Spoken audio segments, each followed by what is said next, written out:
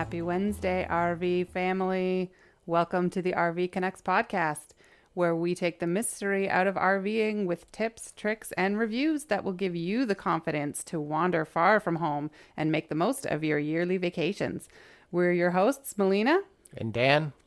And together with our two teenage daughters, we spend our time RVing across North America on a part-time basis. And we aim to answer all the questions you've always wanted to know about RVing, and maybe some you didn't even know to ask. Funnily enough, that brings us to episode 5, which is our first episode dedicated to answering your listener questions. Today on the show, we'll be talking about solar power for your rig, properly leveling your trailer or RV, my best stress-saving organization tip, and as promised in episode 2, we have a review of the Happy Campers tank treatment, which may literally have saved our lives. And I don't mean this as in it saved our lives, it's such a great product, you have to try it. I think it literally saved our actual lives. So stay tuned for that. And if you haven't listened to episode 2 where we mention the tank treatment, please do. It's been our most popular episode to date because we talk about all of the issues everyone has, but nobody wants to talk about when it comes to maintaining your RV. So tune into that if you want to get the full scoop on poop. Let's get into the meat of the episode, listener questions. So let's talk about solar power. Dan? Hi, so we got a really good question about solar power, and that question came after I had mentioned that bringing a battery charger was a good idea just to top up your deep cycle if you ever ran into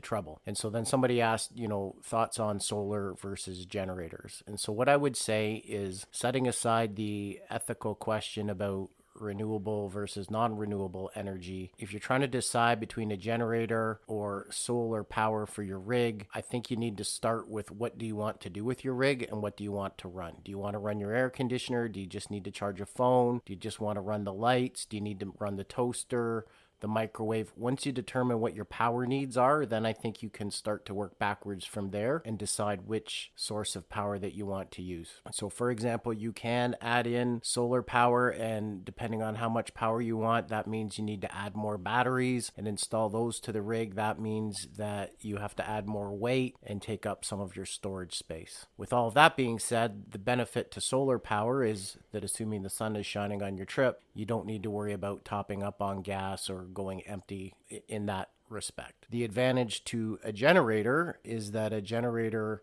will give you a consistent supply of power. It will give you enough power to power everything in your rig, run your air conditioner, your fridge, hot water tank, all of those kind of devices. And so if that's important to you, then maybe you want to consider going to a generator. The downside to a generator is that you have to provide some mechanical maintenance to it. You're going to have to top up the gas, check the oil. You've got to get it started. And so all of that takes a little bit of work. And they're kind of loud. And they can be loud. Now there's lots of different generators on the market. Some are quiet, some are noisy, but Melina's right that some of those can be loud, and it kind of takes away from the whole aspect of connecting with nature and being an RVer. In fact, a lot of dispersed camping sites or boondocking sites, like out in the middle of nowhere, even on public lands, they will have rules about generator use, and they'll have quiet hours, say between the hours of 10 and 6 or something, where you can't run a generator. So a lot of those sites that we've certainly seen, out in the middle of Utah, you're in the desert, so not being able to have that generator run overnight might be an issue. You might get a bit of a breeze, but that's something definitely to be aware of. There might be situations where you actually can't run that generator overnight. Yep, and so I think time of the year is important to consider as well. We live in Ontario. The girls go to school throughout fall, winter, and spring, and so summer vacation for them is July and August, and that means we have to do most of our big trips in July and August, and that usually means heat. And because of that, and wanting to be able to boondock and make some time up along the way, we've decided that the generator works well for us because that lets us run the air conditioner. Mm-hmm.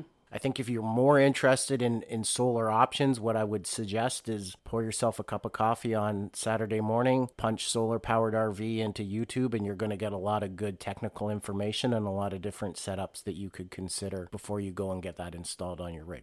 Awesome. So with that brief overview, how about leveling? Leveling, this question comes from Marjorie and Coach Ben, who wanted us to talk about leveling. Now, leveling is really important, and it's not just because you don't want to roll out of bed in the middle of the night. Having a level trailer or a level RV is important because it helps the functioning of your fridge and your air conditioner. And so if you don't have a level rig, the coolant within your refrigerator and the chemicals in your air conditioner don't circulate properly. That doesn't allow for those two devices to function properly, and they'll prematurely wear out, and those can be expensive repairs to make. So for a few dollars spent on leveling devices for your trailer or your RV, you can prevent high cost repair in the future. So can't I just take my stabilizing jack stand and jack the trailer out? No, you cannot just take your stabilizing stands and jack the wheels off the ground to level everything up, because they're not leveling jacks, they're stabilizing jacks. And so what you should do is get your unit level and then put down your stabilizing jacks, and that just takes out the motion from the ocean. Exactly. the little bit of the shifting of the unit as you walk up and down the floor and that kind of thing. So how do you level then? So you can get leveling crescents, you can get self-leveling blocks. We use a Camco product that does a lot like a Lego block. You could even just cut pieces of wood in your garage and use those. But basically what you're going to do is pull onto your site, figure out which side needs to come up, put some leveling blocks under those tires, pull onto the leveling blocks, pull out a small level, and see if you're level. We like to use the Lego type blocks, not just because we can level and we can adjust the height, but we can also put those underneath the stabilizing pads or under the tongue jack in case we need a little bit of extra height as well to help those two things out. So they kind of serve more than one purpose for us. What I like about those leveling blocks is we tend to encounter some really, really unlevel sites. And the way that you stack those together like level blocks, you're almost making a ramp as you're stacking them. What I would suggest, and what we certainly do, is we actually have 2 sets of those blocks. We did have 1 set for ages, but found that we needed to supplement from time to time with wood just to give us the height we needed on some sites, and also to make sure we have extra blocks to go underneath the stabilizing jacks. So having 2 sets for us has been really beneficial and is a whole lot easier than trying to go up on a very tall piece of wood and having it spin out from underneath your tires, and it just removes a lot of the headache from the leveling process. Yep, and there's really no right or wrong device. Whether you're going to use wooden blocks you made yourself or leveling crescents or the Lego type blocks that we have, there's no right or wrong device. What I would say is that that's a small price to pay for the repair that you're going to eventually need to your fridge or your air conditioner down the road. So for less than $100, you can certainly get yourself leveled, and it doesn't take you very much time once you arrive at the campsite. Mm-hmm. So to check if you're actually level, we actually use our fridge to check for level. When we arrive, we think we've got everything level. We will actually take our small bubble level, our torpedo level, and we will place it inside the fridge, both side to side, front to back, to make sure that that's level, as well as checking somewhere in the middle of the trailer on the ground. And one thing I will mention is we've kind of learned this over the years of just eyeballing our trailer, is that, we may lift the door side up and we've got quite a large slide on the other side, and it might look that the door side is still a little bit low, but we know roughly how much gain or how much height we're going to get when we push that slide all the way out. It actually will force some weight onto the other side of the trailer. And we have had that, we've learned that the hard way, I guess, is that we've leveled the door side way too high. And then when we put the slide out, it tips the scale so that we're off where we should be enough that we have to get off the blocks and start again. So that's something to be aware of. If you have 1 or 2 or more slides on your trailers, just kind of know how that weight disposition works and figure out from there, you can kind of reduce the height that you're putting underneath those opposite wheels to get that level result at the end. The other thing I would say too is if you've been at a site for a couple of days and it's gravel or sandy, don't be afraid to go out and check your stabilizing jacks. Just to make sure that things haven't settled. I think if you camp in an RV park and you're on a cement pad, you really don't need to worry about it. But, if you're on softer ground, things will settle, and just, an extra quarter turn or a turn into things will just stiffen everything back up and you'll be fine. But it shouldn't be something that you're intimidated by. We actually ran into a nice lady a couple of weeks ago when we were at Selkirk who only chose pull-through sites because she drove around the site just to try and find a level spot as opposed to just leveling off the trailer. So I think you'll just make your whole campsite experience a bit better if you can level off for the 5 minutes of time that it takes at the beginning of your arrival and your setup. And this lady, we actually ended up lending her a couple of leveling blocks to get her level instead of trying to, take her fifth go around on this roundabout and going through this pull through to try to level herself off. So I'm pretty sure that one of the first spots she stopped on the way home was probably a Canadian Tire or somewhere like that to get some leveling blocks. So definitely we can't recommend them enough. But again, always level off the wheels. Do not use your stabilizing jacks. They will buckle, they will bend, and you will end up spending a whole lot more money to fix them. That's probably the top tip that I would give on leveling, especially for new RVers. Yep, level front to back and side to side, and you'll be just fine. Now, you wanted to talk about organization a bit? Yeah, so earlier this week I put an organizing tip, or I put a photo of one of our hacks that we use for organizing inside the trailer, which is a great tip. You can go on Instagram at RV Connects and check that out if you want to see an image. But basically, it led to a broader conversation of organization within the trailer. And I was thinking of all the various hacks and organization tricks we've added to the trailer over the years, which, stay tuned because we'll do episodes on those later. But one of the things I realized that I would not do again, and this was kind of a product of me being so excited that we had just upgraded this trailer to something that had a bathroom and a shower. I basically trolled the aisles of Target for hours looking for dishes and, cute little accessories and whatnot to put in the RV. But what I did, which was a massive mistake, is that I got matching towels, which I was super excited about. Oh, look, it's a matching set. It's great. But that was probably the worst mistake I've ever made, because when you have a small trailer and you've got not a lot of room to hang towels independently, they end up getting just, thrown over the trim of the RV slide or over doors or on hooks. But every towel looks the same. So then we end up with like, oh, this is my towel and now it's wet. Why is it wet? And trying to figure out whose towel belongs to who. And there's nothing kind of worse than stepping out of the shower and grabbing a towel you think is yours and already is wet from somebody else. So that's my, I guess, organization don't do trick. Like, I know it looks pretty to have all these matching towels, but maybe however many people in your family you have or guests, just buy different color towels for every person and then they will remember. So that is my trick not to do, I guess. Yep, great tip. Towels are just like toothbrush. Everybody has their own color. Yeah, we've gone through that. We just bought new toothbrushes and I'm not even going to say why, but you can guess. They don't need to know about our toothbrush. Everybody needs to know about toothbrush problems. Okay, so that's our listener questions for this episode.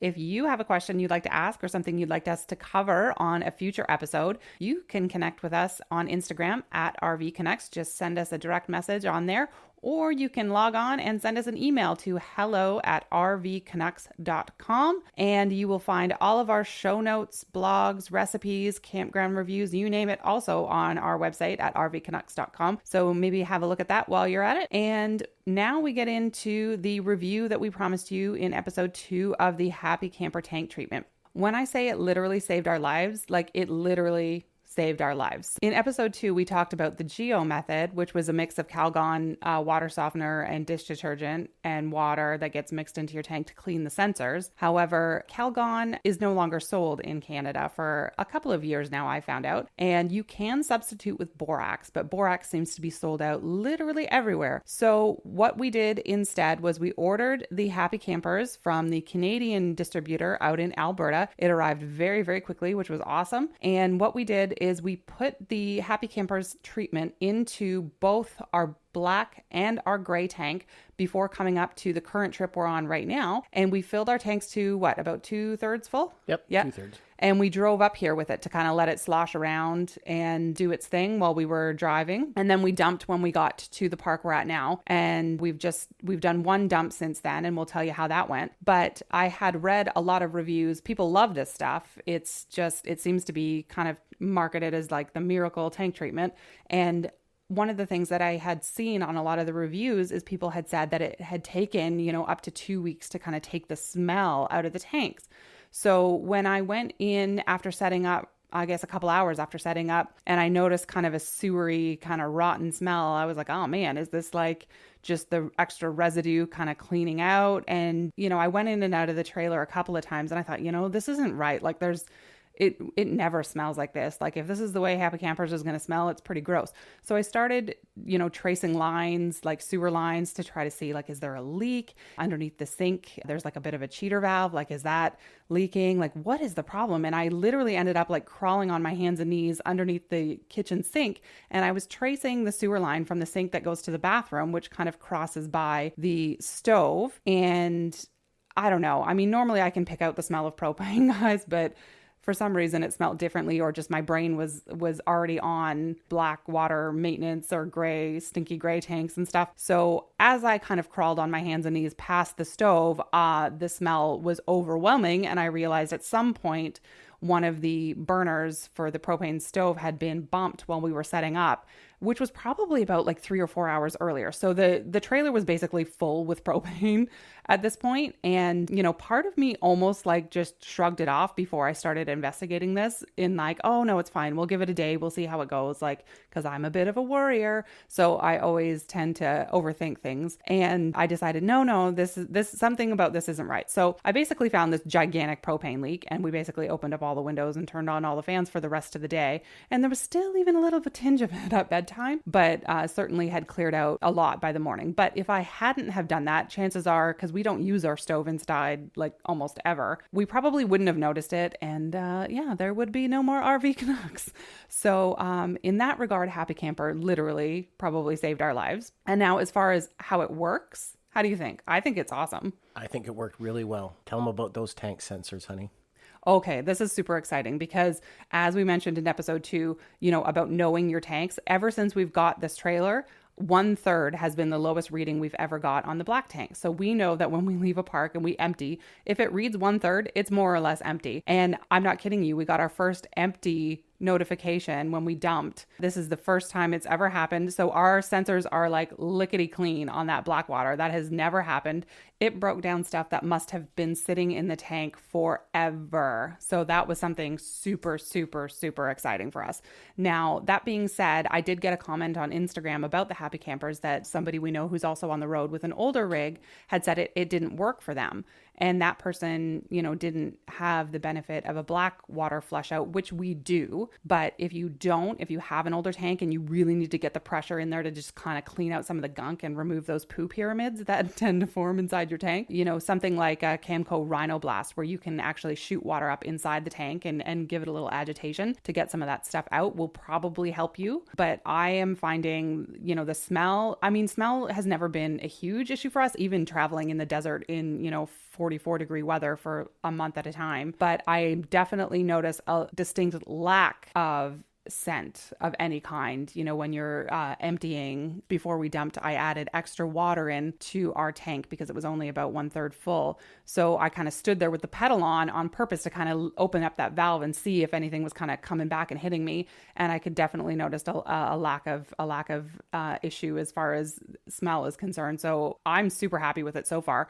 The key to this product is diluting it in water first. So it's a very fine powder. I just stuck the stopper in the kitchen sink and mixed it, with a spoon in the sink, and then just remove the stopper and let it flow down. And the same thing with the toilet. So you're actually killing 2 birds with 1 stone. So you're cleaning the toilet as well as sanitizing the tank. So you actually just fill the toilet bowl with water, put your scoop of Happy Campers in, and swish it around with a toilet brush, and it'll actually help you clean the toilet at the same time, flush it down, and you're done. Yep, I just think this is the biggest stress reliever ever. There's going to be no more conversations about, did everything come out of the tank? Do we have a blockage? Are we holding people up trying to run the black water flush out? I just think it cleans everything out down there, and I think it'll make departures so much easier. And you really get a ton of doses in the container that they sent us. I think it's 18 40-gallon measures. Maybe we'll toss it in the show notes later. Yeah, we'll toss it in the show notes. I purposely bought the smaller or the smallest container they have just to check it. But definitely I can tell you like a bucket is coming home with us the next time, because I'm surprised. I'm really, really surprised, because a lot of people say this works, that works, but like this really works. So 2 thumbs up from us. And Happy Campers, we don't get any money back from them. We just think it's fantastic. So if you're considering ordering it, you can get it in the States and Canada. I did actually hear that a few Walmarts in Canada, especially in Ontario, do carry it. That isn't the case in our local area, but you can order it online. And I will put the link to the website for the Happy Campers, both the US and the Canadian sites, in our show notes today. So that's it. Yep. Thanks for listening, folks. And we will talk to you next week. Bye. Bye.